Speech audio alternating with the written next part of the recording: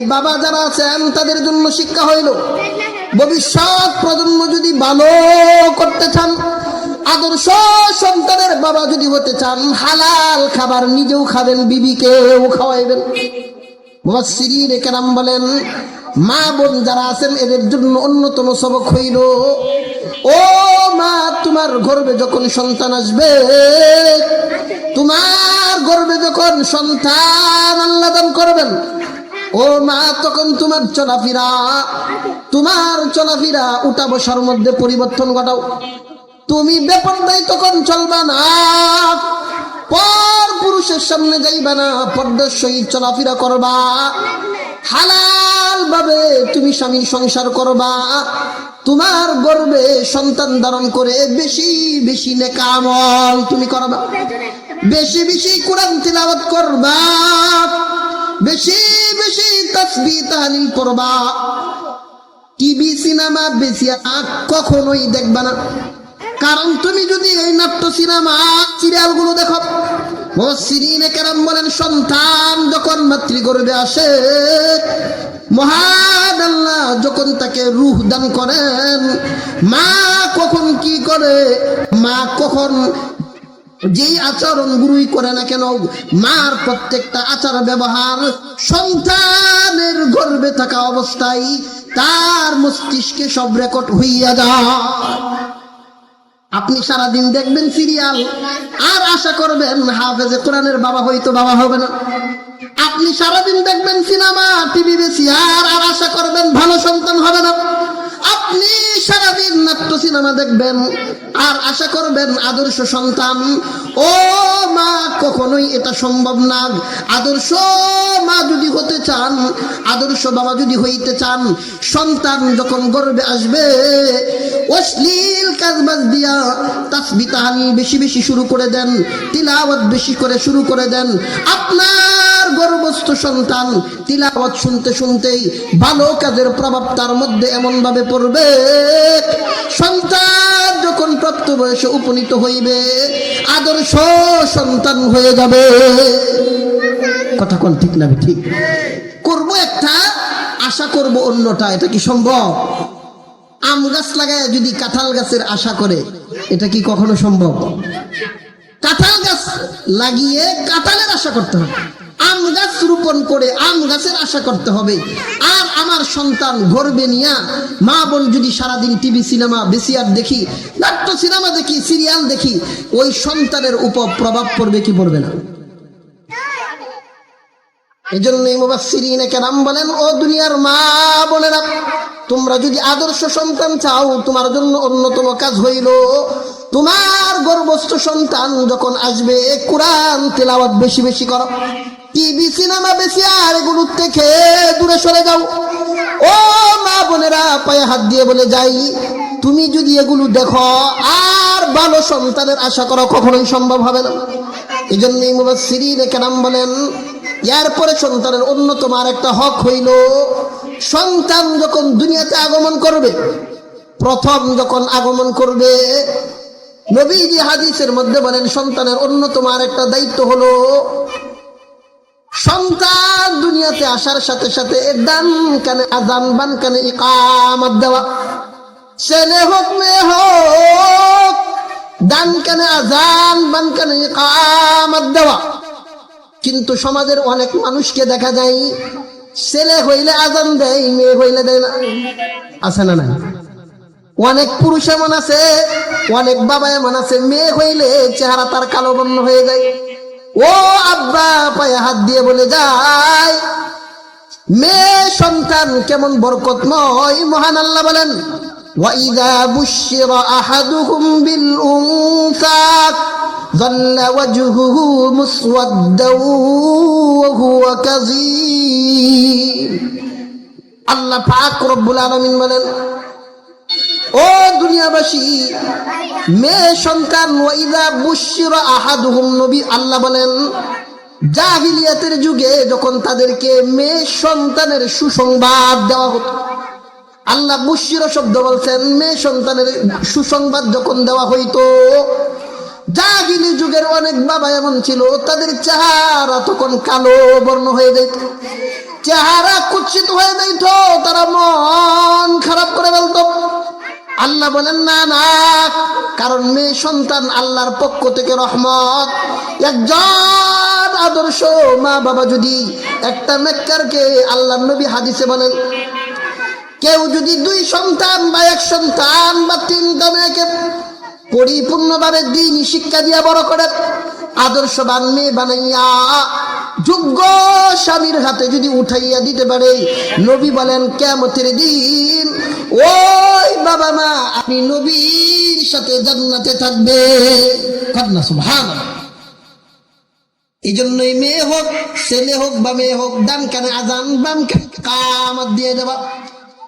মুফাসসিরিনে কেরাম বলেন, এই যে ডান কানে আজান দিয়ে দিবেন, আল্লাহু আকবার, আল্লাহু আকবার, আল্লাহ সবচেয়ে বড়, আল্লাহ সবচেয়ে বড়, এই শব্দগুলো যখন তার কর্ণকে হরে শুনাইয়া দিবেন, ও মা বাবা, যদিও কাজটা মামুলি বিষয় মনে হইতেছে, আপনার সন্তান যদি বাধ্য সন্তান চান, আদর্শ সন্তানের মা বাবা যদি হইতে চান, ডান কানে আজান বাম কানে ইকামত দিয়া এই সন্তানকে একটা মেসেজ দিয়ে দেওয়া হয়।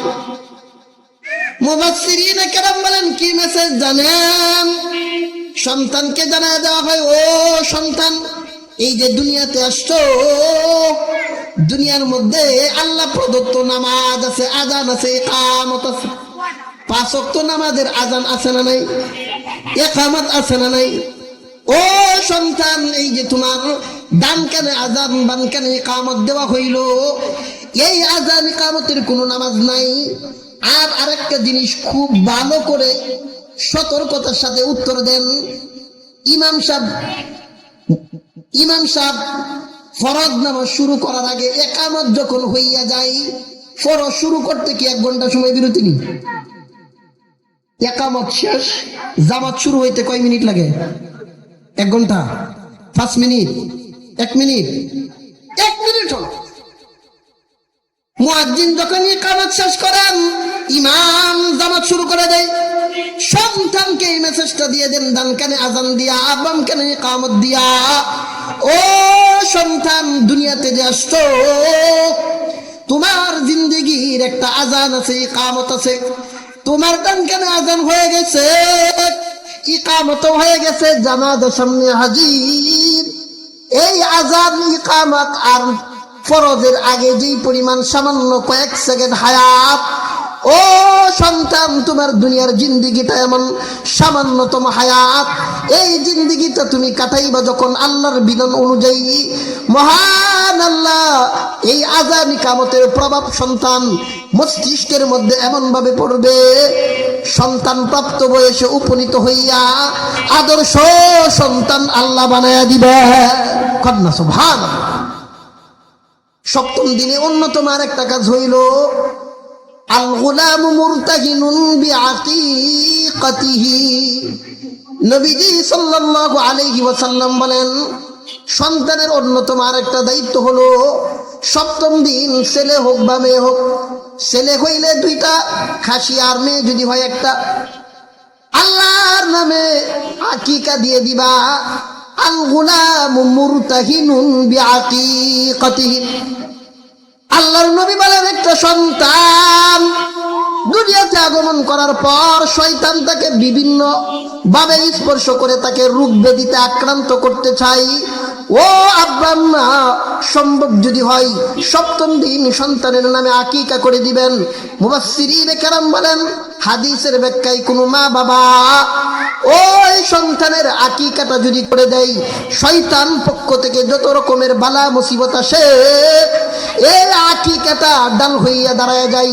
1000 রকমের অপরাধ থেকে, 1000 রকমের মুসিবতের সামনে, রোগ ব্যাধির সামনে আকিকাটা ডাল হইয়া তাকে বাঁচাইয়া দেয়। কন্যা সুবহানাল্লাহ। তাহলে সন্তানের অন্যতম আরেকটা পাওনা কি? যে 7ম দিনে আকিকা করা। 7ম দিন যদি না হয়, সম্ভব না হয়, পরবর্তী যে কোনো সময় যদি আমরা এটা করি হয়ে যাবে। তবে উত্তম হচ্ছে বেজুর দিনে করা। কোন দিনে করা? বেজুর দিন। এই বেজুর দিন বোঝার জন্য একটা মূলনীতি বলে দেই, সেটা হচ্ছে আপনার সন্তান যেদিন আগমন করবে, আপনি মনে করেন 5 বছর পর, 1 বছর পর আকিকাটা করতে চাচ্ছেন, এখন বেজুর দিন কেমনে হিসাব করবেন? যেই দিন জন্মগ্রহণ করেছে এর আগের দিন সারা জিন্দিগি বর বেজুর দিন। বুধবার জন্মগ্রহণ করলে মঙ্গলবার বেজুর, মঙ্গলবার জন্মগ্রহণ করলে সোমবার বেজুর, শনিবার জন্মগ্রহণ করলে শুক্রবার বেজুর। এইভাবে সন্তান যেদিন জন্মগ্রহণ করবে এর আগের দিনটা হয় বেজুর। মুফাসসিরিনে কেরাম বলেন 7ম দিনে যদি আকিকা করতে নাও পারো তাহলে পরবর্তীতে যে কোনো সময় করবা, বেজুর দিনে করবা। এই মুস্তাহাব কাজটা যদি করতে পারো, আল্লাহ তোমার সন্তানকে আদর্শ সন্তান বানানোর সহায়ক হিসেবে কবুল করবেন। কন্যা সুবহানাল্লাহ।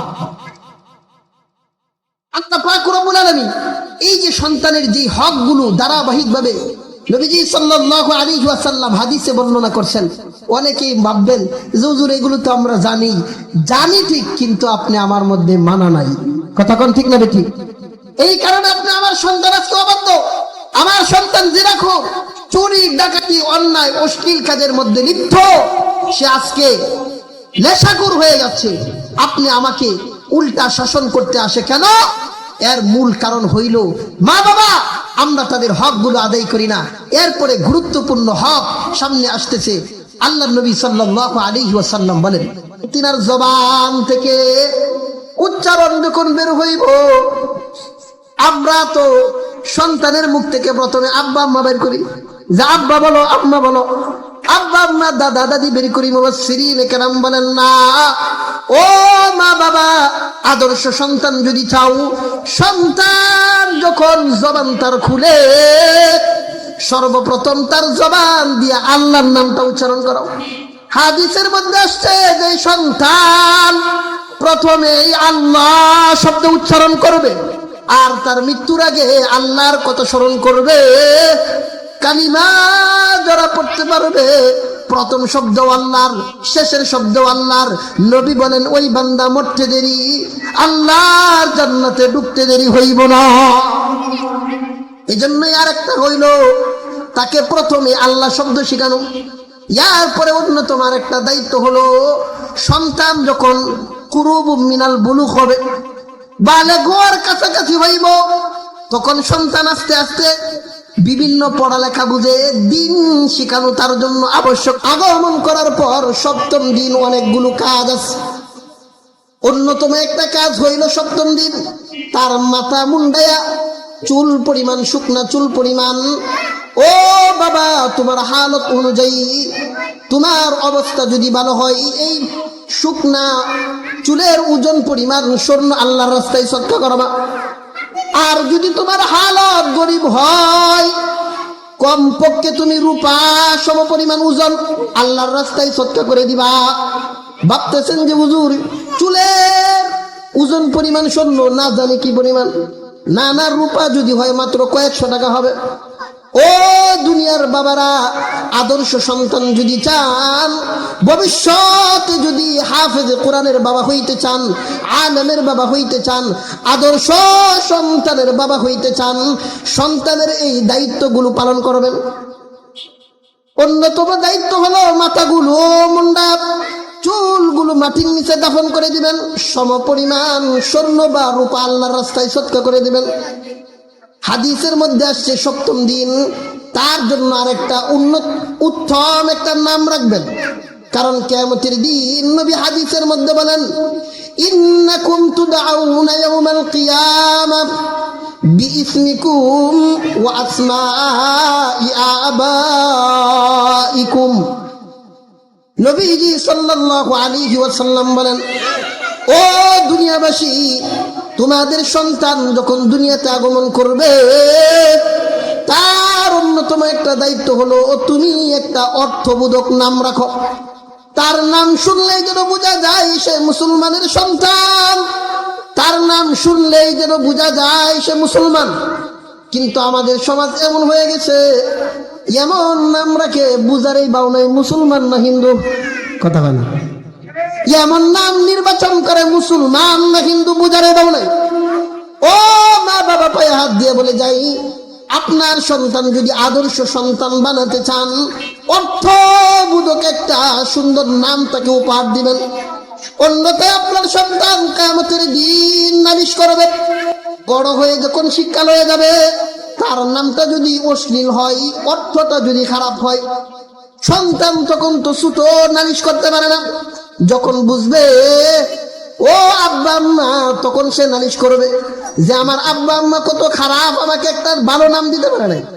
যেমন নাম দিছেন, মানুষকে যে নাম দিবেন এই নামের প্রভাব মানুষের উপর পড়ে কি পড়ে না? আপনার সন্তানকে যে নাম রাখবেন ওই নামের অর্থ ভালো দেখে রাখবেন, কারণ সন্তানের নামের প্রভাব তার উপরে পড়ে। আল্লাহর নবী একদিন বসে আছেন, একজন মহিলা সাহাবী আয়েশা বলে, ইয়া রাসূলুল্লাহ, আমার জন্য একটু দোয়া করেন, আমি হার হালতে শুধু অসুস্থ থাকি, আমার অসুস্থতা দূর হয় না।